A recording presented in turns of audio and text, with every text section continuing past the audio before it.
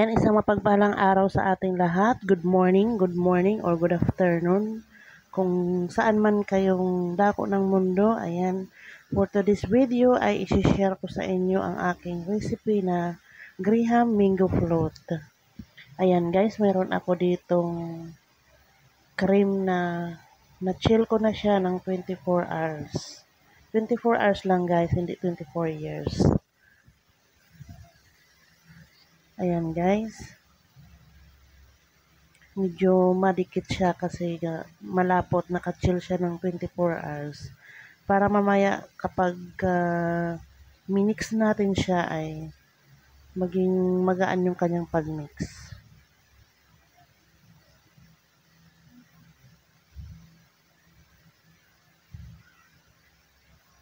Ayan guys, dalawang pack ng cream. Meron ako ditong hand mixer. Pwede rin naman kayong gumamit guys ng tinidor or yung pangbati ng itlog, whisk. Ayan, pwede nyo rin yan gamitin. Dahil meron tayo ditong available na mixer ang ating gagamitin para maging mas mabilis. Para maging magaan din para sa akin. Mag-isa lang naman akong nagagawa.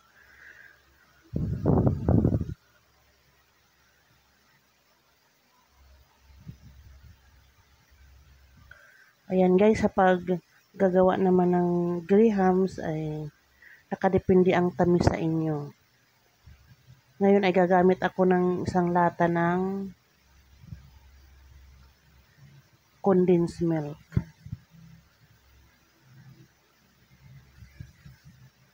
Ayan guys, sinisit up ko pa yung aking hand mixer. At ilang buwan din hindi nagamit. Ayan, imimix lang natin siya guys na gamit ang ating mixer para mag-foam siya, gumaan siya. Umano siya tapos pagka lalagyan natin ng gatas.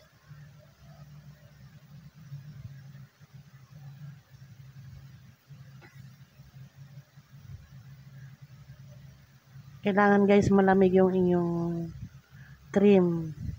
Palamigin nyo ng 24 hours. Huwag po naman ilagay sa freezer at baka maging yelo. Ganyan lang siya kadali guys. Pwede siya sa whisk. Yung pangbati ng itlog. Kung wala rin naman, pwedeng tinidor. Meron lang tayo dito available kasi dati ako nagluluto ako ng puto cake at saka puto. Para mapapadali ang aking gawa ay bumili ako ng mixer. Napapansin nyo guys, hindi naman kamahalan yung aking mixer na yan. Ayan guys, pag magaan na siya, ganyan. Ayan. Lagyan na natin siya ng condensed milk.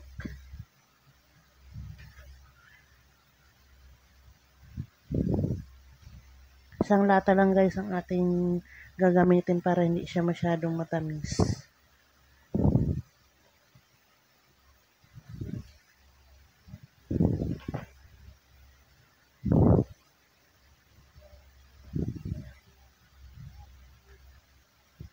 Saktong-sakto siya guys, yung dalawang cream tapos isang gatas na condense.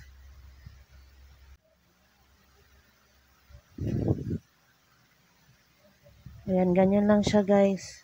Hanggang siya ay ma-mix ng maayos. Ayan, ganyan na siya guys. Malapot na siya. Tapos ang ating mangga, gumamit tayo ng manipis na baso. Ako kasi may available ako dito na wine glass. Kaya nang gagamitin ko para madali. Manipis kasi siya guys. Pero kung wala naman baso na manipis, wag yung tasa kasi maraming maiiwan. Make sure lang natin guys na walang sira yung ating mga mangga. Pwede rin platito ang inyong ipang tanggal ng mangga para buo. Nasa inyo guys kung ano rin naman ang gusto nyo sa mangga, pwede nyo rin naman i-cubes, tapos ikalat nyo na lang. Ako ginawa ko pa mas mahirap para sa akin, kaya ayan, buo ko siyang tatanggalin sa balat gamit ang wine glass.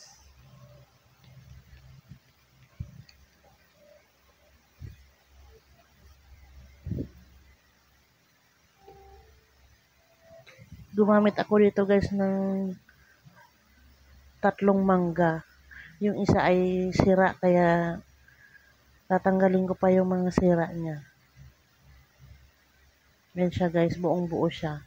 Pwede naman kung wala kayong wine glass ay pwede namang baso. Di kaya maliit na platito. May malaki bang platito? Platito. Gagamit tayo ng platito guys. Di kaya mangkok na maliit.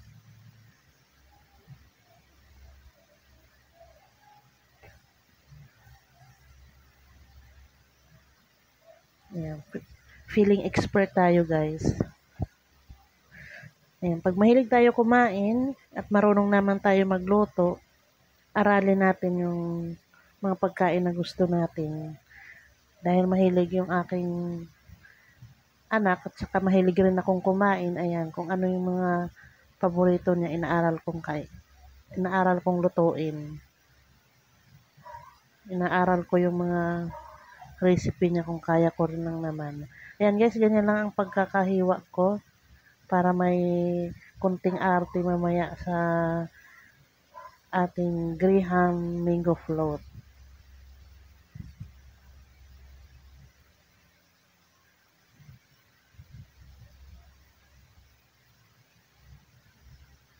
Ganun lang guys, kung marami naman ang lulutuin nyo, basta ang tamang sukat niyan, isang gatas na iba at saka 2 cream.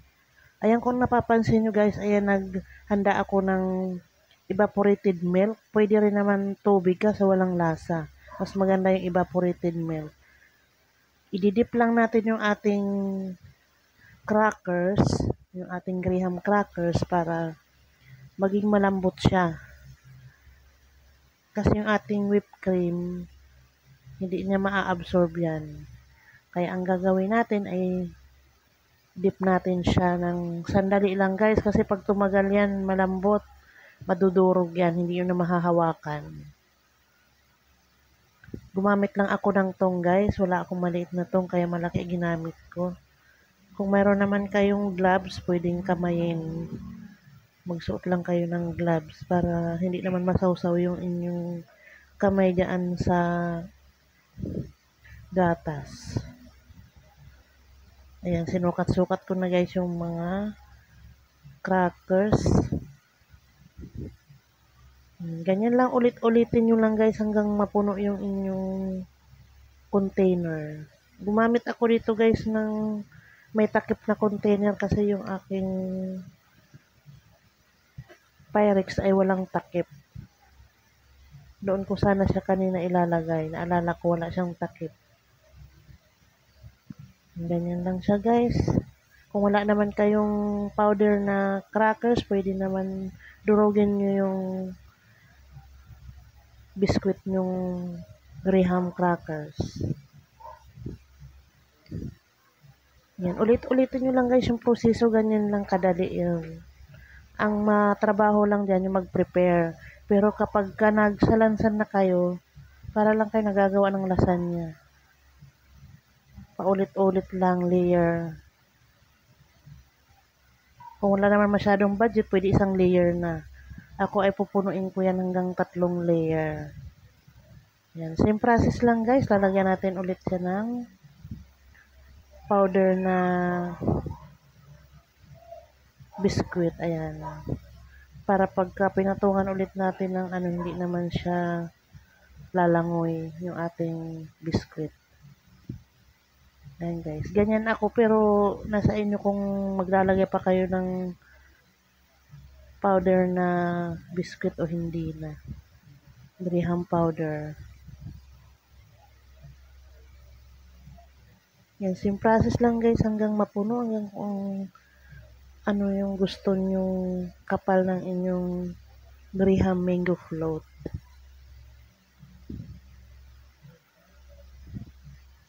Ayun, sabi ng aking anak, bakit daw tinawag na mango Graham float?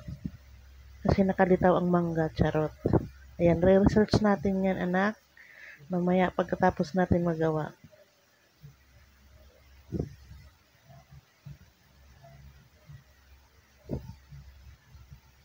Ayan, ulit-ulitin lang guys, same process lang siya. Tapos, magtira kayo ng konti, kahit mga 1 kutsara o 2 kutsara. Pang design natin sa ibabaw, yung whipped cream natin. Magtira kayo ng konti. Ayan, lalagyan natin sa ibabaw. At pagkatapos nito guys, palalamigin lang natin siya ng 24 hours para huwag nyo ilalagay sa freezer guys kasi magiging yellow yan. Sa baba lang.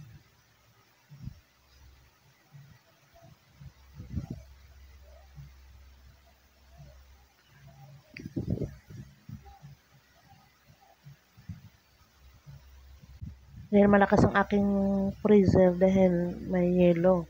Pwede rin naman guys sa freezer kung mahina lang ang inyong freezer ang pagkaka-on. Hindi naman siya mag-yellow ng 24 hours. Ako sa baba lang kasi malakas naman yung ref ko. Naka-full. At hindi pa namin ito kakainin. Baka bukas pa to ng tanghali.